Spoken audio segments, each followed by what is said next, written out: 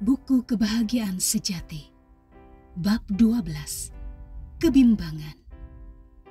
Banyak orang, terutama yang masih muda di dalam kehidupan Kristen, sering gelisah karena hasutan keraguan-raguan. Di dalam Alkitab banyak hal yang tidak dapat diterangkan ataupun dipahami.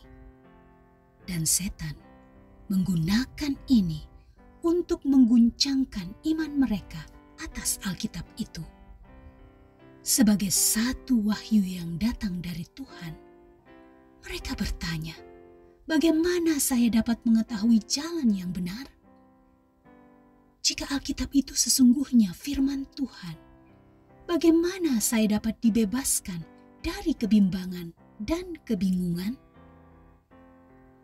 Allah tidak pernah meminta kita mempercayai tanpa memberikan bukti yang cukup atas mana iman kita didasarkan. Adanya Allah, tabiatnya, kebenaran firman-Nya, semuanya telah diteguhkan melalui kesaksian yang menarik pikiran kita, dan kesaksian semacam ini sangat banyak.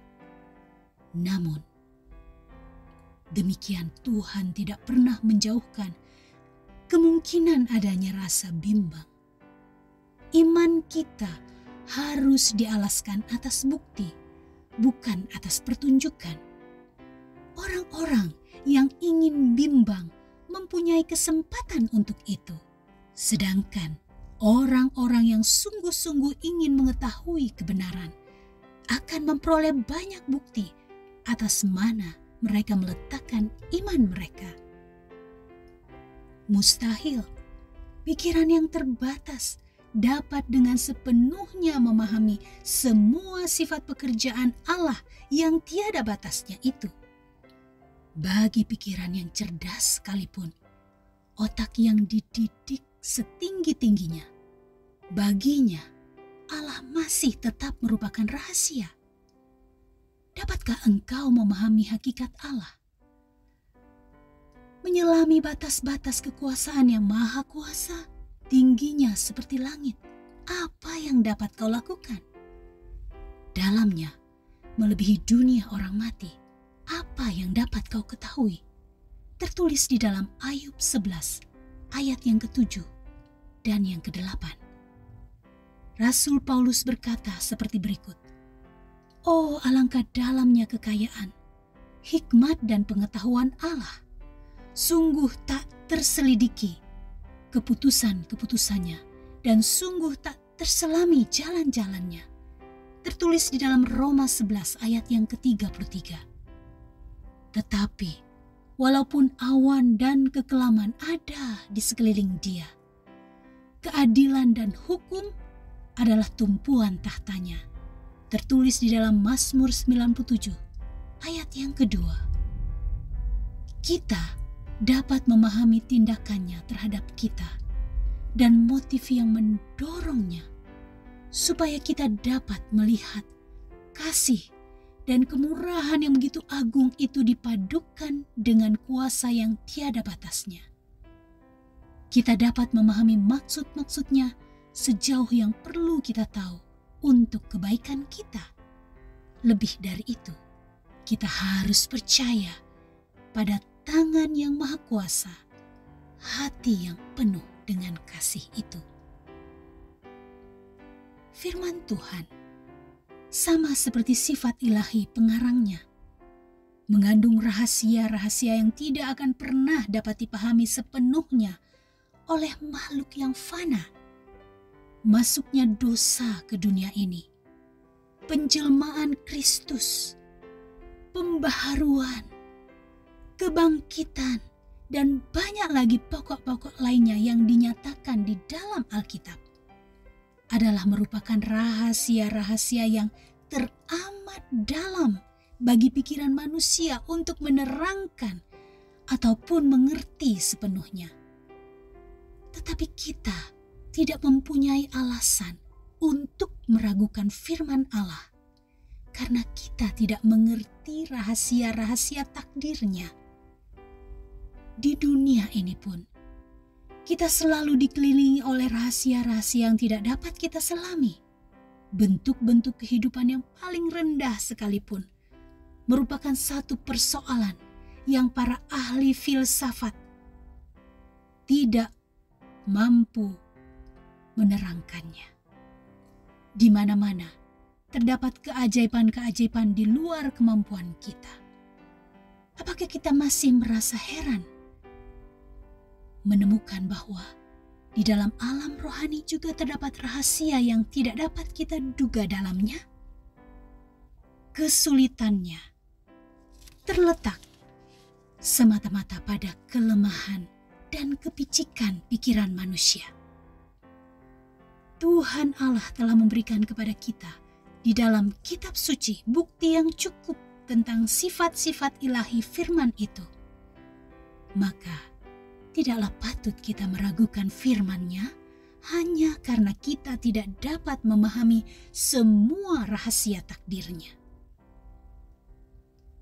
Rasul Petrus mengatakan bahwa di dalam kitab suci terdapat hal-hal yang sukar dipahami, sehingga orang-orang yang tidak memahaminya dan yang tidak teguh imannya memutarbalikkannya menjadi kebinasaan mereka sendiri. Itu tertulis di dalam 2 Petrus 3 ayat yang ke-16. Yang sulit dalam kitab suci itulah yang digunakan oleh orang-orang yang bimbang sebagai alasan menyerang Alkitab. Tetapi sebaliknya, ayat-ayat itu menjadi bukti yang kuat bahwa hal itu datang dari Tuhan. Jika ayat-ayat itu tidak ada hubungannya dengan Allah dan kita dapat memahaminya dengan gampang, jika kebesarannya dan kemuliaannya dapat dijangkau oleh pikiran yang fana, maka Alkitab tidak mendapat pengakuan yang tidak dapat disaksikan lagi sebagai berasal dari ilahi. Kemuliaan besar dan rahasia dari tema yang dihadapkan seharusnya menimbulkan iman atasnya sebagai firman Allah. Alkitab membukakan kebenaran itu dengan kesederhanaan dan dengan satu penyesuaian yang sempurna terhadap keperluan-keperluan dan kerinduan hati umat manusia yang telah mencengangkan serta memikat pikiran orang-orang yang paling tinggi budi pekertinya. Sementara orang-orang yang sederhana pikirannya dapat menyelidiki jalan keselamatan itu. Namun, segala kebenaran yang dituturkan dengan sederhana ini mencakup hal-hal yang begitu tinggi dengan jangkauannya yang begitu jauh, melampaui daya pengertian manusia, supaya kita dapat menerimanya hanya karena Allah telah menyatakannya. Oleh karena itulah, rencana keselamatan diletakkan di hadapan kita dengan terbuka, supaya tiap-tiap jiwa dapat melihat langkah-langkah yang hendak diambilnya dalam pertobatan kepada Allah dan iman di dalam Tuhan kita, Yesus Kristus, supaya diselamatkan melalui jalan yang telah disediakan Allah. Tetapi di bawah segala kebenaran ini yang dengan mudah dipahami, terdapatlah rahasia-rahasia yang melebihi kuasa pikiran untuk menyelidikinya, namun mengilhami pencari kebenaran yang sungguh-sungguh dengan kemuliaan dan iman. Semakin Alkitab diselidiki, semakin dalam keyakinannya bahwa itulah firman Allah yang hidup, dan pertimbangan manusia tunduk di hadapan kenyataan kemuliaan ilahi. Dengan mengaku bahwa kita tidak dapat mengerti betul kebenaran-kebenaran besar kitab suci itu, berarti semata-mata mengakui bahwa pikiran yang terbatas ini tidak mampu menjangkau yang tidak terbatas, bahwa manusia dengan pengetahuan yang terbatas tidak dapat mengerti maksud-maksud Allah yang Maha Tahu. Karena mereka tidak dapat mendalami semua rahasia itu, orang yang bimbang dan orang yang tidak percaya menolak firman Allah. Dan tidak semua orang yang mengaku percaya kepada Alkitab lepas dari bahaya ini. Rasul berkata, "Waspadalah, hai saudara-saudara, supaya di antara kamu jangan terdapat seorang yang hatinya jahat dan yang tidak percaya oleh karena ia murtad dari Allah yang hidup." Tertulis di dalam Ibrani 3 ayat yang ke-12. Ada baiknya mempelajari dengan rajin ajaran-ajaran kitab suci, serta menyelidiki segala sesuatu, sementara hal-hal yang tersembunyi dalam diri Allah. 1 Korintus 2 ayat 10. Tetapi hal-hal yang dinyatakan ialah bagi kita. Ulangan 29 ayat yang ke-29. Tetapi setan bekerja mengacaukan kemampuan menyelidiki manusia. Keangkuhan-keangkuhan tertentu dicampur adukan dengan pertimbangan akan kebenaran Alkitab. Supaya dengan demikian, orang merasa tidak sabar dan takluk jika mereka tidak dapat menerangkan setiap bagian kitab suci dengan memuaskan. Mereka malu mengaku bahwa mereka tidak mengerti firman yang diilhamkan itu. Mereka mengira tanpa dibantu, mereka akan mampu dan cukup bijaksana untuk memahami kitab suci. Lalu setelah gagal, mereka menyangkal kuasanya. Memang benar, banyak teori dan doktrin populer yang disangka berasal dari kitab suci, padahal tidak mempunyai dasar sama sekali. Malah sebenarnya berlawanan dengan perkataan yang diilhamkan Tuhan itu. Hal-hal semacam inilah menjadi penyebab kebimbangan dan kekacauan terhadap banyak pikiran. Bagaimanapun, segala pengajaran serupa ini jangan disalahkan kepada firman Allah, melainkan kepada kekacauan yang dibuat oleh manusia itu sendiri. Jika mungkin, makhluk yang diciptakan itu mencapai satu pengertian yang penuh mengenai Allah dan segala perbuatannya, maka setelah mencapai titik pengetahuan seperti ini, tidak akan ada lagi penemuan kebenaran lebih lanjut. Tiada pertumbuhan pengetahuan lagi. Tiada lagi perkembangan pikiran atau hati untuk selanjutnya. Maka Allah tidak berkuasa lagi. Dan dengan tercapainya batas pengetahuannya, manusia akan berhenti dan tidak maju lagi. Marilah kita bersyukur kepada Tuhan, sebab hal yang demikian tidak terjadi. Allah tiada batasnya. Di dalam Dialah tersembunyi segala harta hikmat dan pengetahuan. Tertulis di dalam Kolose 2 ayat yang ketiga. Sampai kapanpun manusia menyelidiki dan belajar, tidak akan pernah dapat menghabiskan perbendaharaan hikmatnya, kebaikannya, dan kuasanya. Allah berniat bahwa di dalam hidup ini pun kebenaran-kebenaran firman-Nya akan senantiasa dibukakan kepada umat-Nya. Hanya ada satu jalan dalam mana pengetahuan itu dapat dicapai. Kita dapat mencapai satu pengertian akan firman Allah hanya melalui penerangan yang diberikan oleh Roh yang menyampaikan firman itu. Siapa gerangan di antara manusia yang tahu apa yang terdapat di dalam diri manusia selain roh manusia sendiri yang ada di dalam dia? Sebab roh menyelidiki segala sesuatu, bahkan hal-hal yang tersembunyi dalam diri Allah. Tertulis di dalam 1 Korintus 1 ayat yang ke-11 sampai yang ke-10. Dan janji juru selamat kepada pengikut-pengikutnya ialah, tetapi apabila ia datang, yaitu roh kebenaran, ia akan memimpin kamu ke dalam seluruh kebenaran. Sebab ia tidak akan berkata-kata dari dirinya sendiri, tetapi segala sesuatu yang didengarnya, itulah yang akan dikatakannya, dan ia akan memberitakan itu kepadamu. Hal-hal yang datang, ia akan memuliakan. Aku, sebab Ia akan memberitakan kepadamu. Tertulis di dalam Yohanes 16 ayat yang ke-13 dan yang ke-14.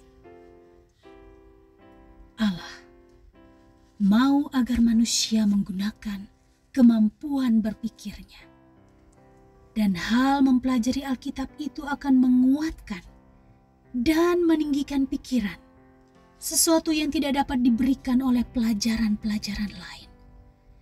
Namun, kita harus tetap waspada supaya jangan mendewakan akal yang tunduk kepada kelemahan dan kekurangan manusia itu. Jika kita tidak menghendaki, kitab suci tersembunyi dari pengertian kita, sehingga kebenaran-kebenaran yang paling jelas tidak terpahami.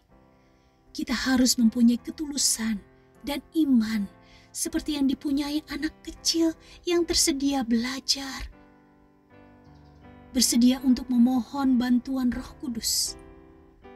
Satu perasaan akan kuasa dan hikmat Allah, serta ketidakmampuan kita memahami kebesarannya, harus menggerakkan kita dengan kerendahan hati. Dan kita harus membuka firman-Nya, sementara kita masuk ke dalam hadirat-Nya, disertai kesucian yang menggetarkan. Kalau kita datang pada soal Alkitab, maka akal budi kita haruslah mengakuinya sebagai satu kuasa yang tertinggi. Hati dan pikiran harus tunduk kepada Aku Ada yang Maha Besar itu. Ada banyak hal yang kelihatannya sulit atau samar-samar yang akan dibuat Allah menjadi terang dan sederhana bagi orang-orang yang mencari satu pengertian dari halnya.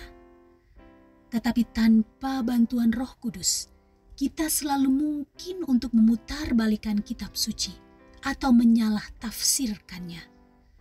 Banyak pembacaan Alkitab yang tidak mendatangkan faedah dan dalam banyak hal justru mendatangkan bencana. Apabila firman Allah dibuka tanpa disertai doa dan hormat, dan bila pikiran dan keinginan hati tidak ditetapkan kepada Allah atau belum sesuai dengan kehendak-Nya, pikiran itu digelapi oleh kebimbangan. Maka di dalam mempelajari Alkitab seperti itu, keraguan pun semakin bertambah kuat. Musuh kebenaran menguasai pikiran, serta menyuguhkan tafsiran-tafsiran yang tidak benar.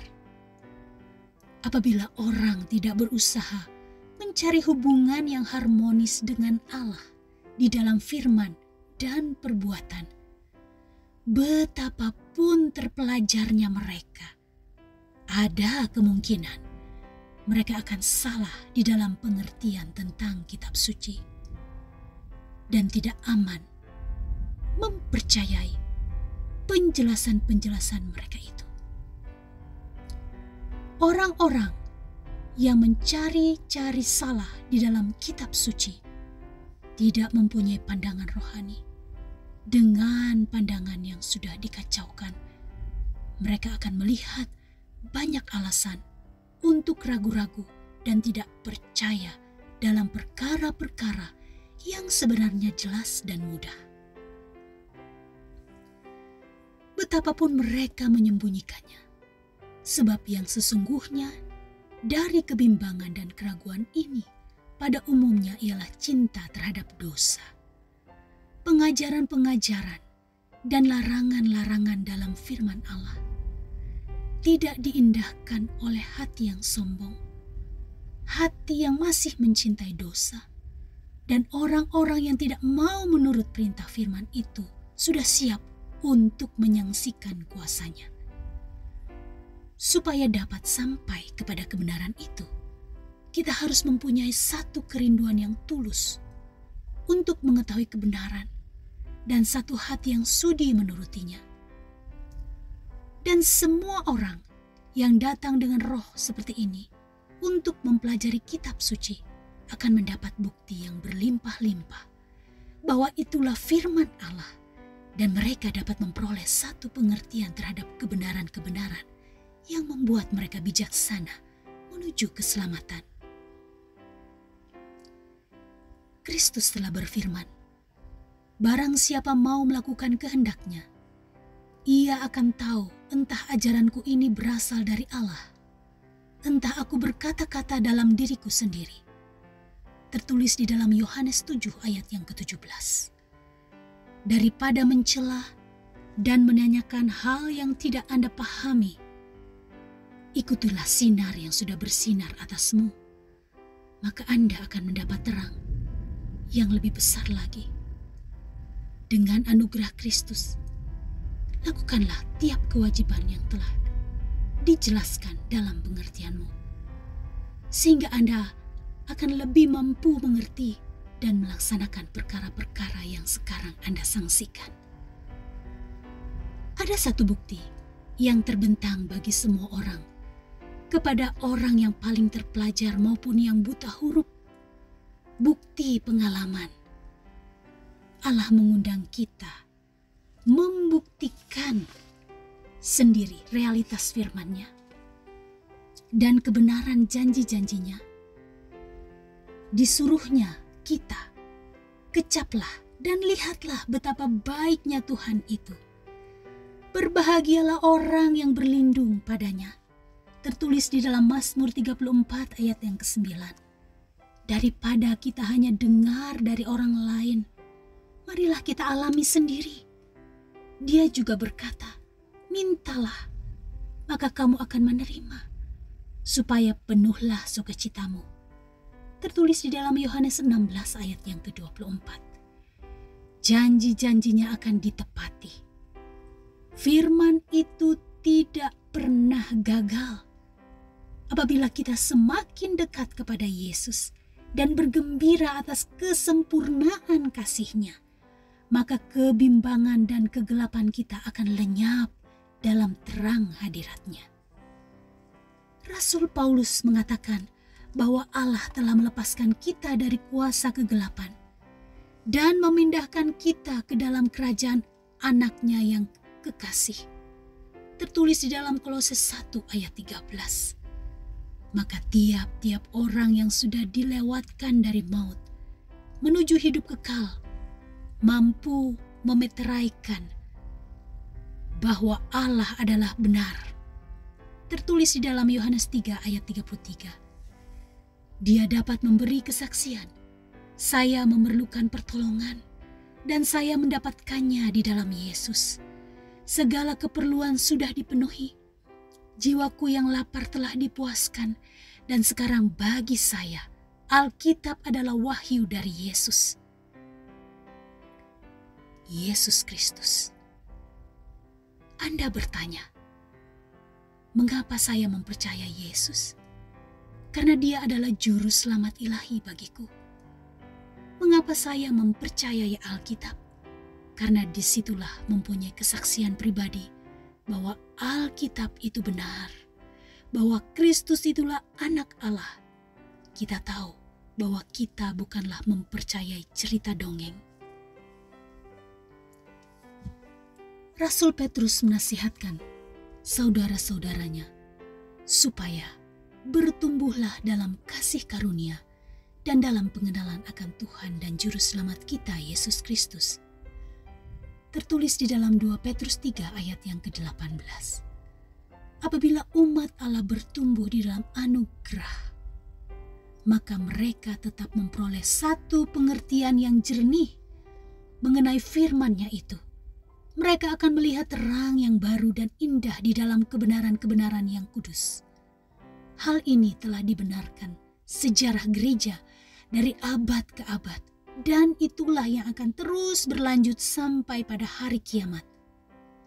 Tetapi jalan orang benar itu seperti cahaya fajar yang kian bertambah terang sampai rembang tengah hari. Tertulis di dalam Amsal 4 ayat yang ke-18. Dengan iman, kita dapat memandang kepada akhir zaman dan memegang janji Allah untuk pertumbuhan pikiran, kemampuan manusia dipadukan dengan kuasa ilahi, dan setiap kekuatan jiwa dihubungkan langsung dengan sumber terang itu. Kita dapat bergembira karena segala yang telah menggelisahkan kita di dalam takdir Allah kemudian akan menjadi jelas. Perkara-perkara yang tadinya sukar dipahami akan mendapat penjelasan. Apa yang dengan pikiran kita yang terbatas ini semuanya serba kacau dan membingungkan kita, maka akan melihat keharmonisan yang amat sempurna dan indah. Karena sekarang kita melihat dalam cermin suatu gambaran yang samar-samar, tetapi nanti kita akan melihat muka dengan muka. Sekarang aku hanya mengenal dengan tidak sempurna, tetapi nanti aku akan mengenal dengan sempurna, seperti aku sendiri kenal. Tertulis di dalam 1 Korintus 13 ayat yang ke-12. Demikianlah bacaan kita dari buku Kebahagiaan Sejati yang ditulis oleh Ellen G. White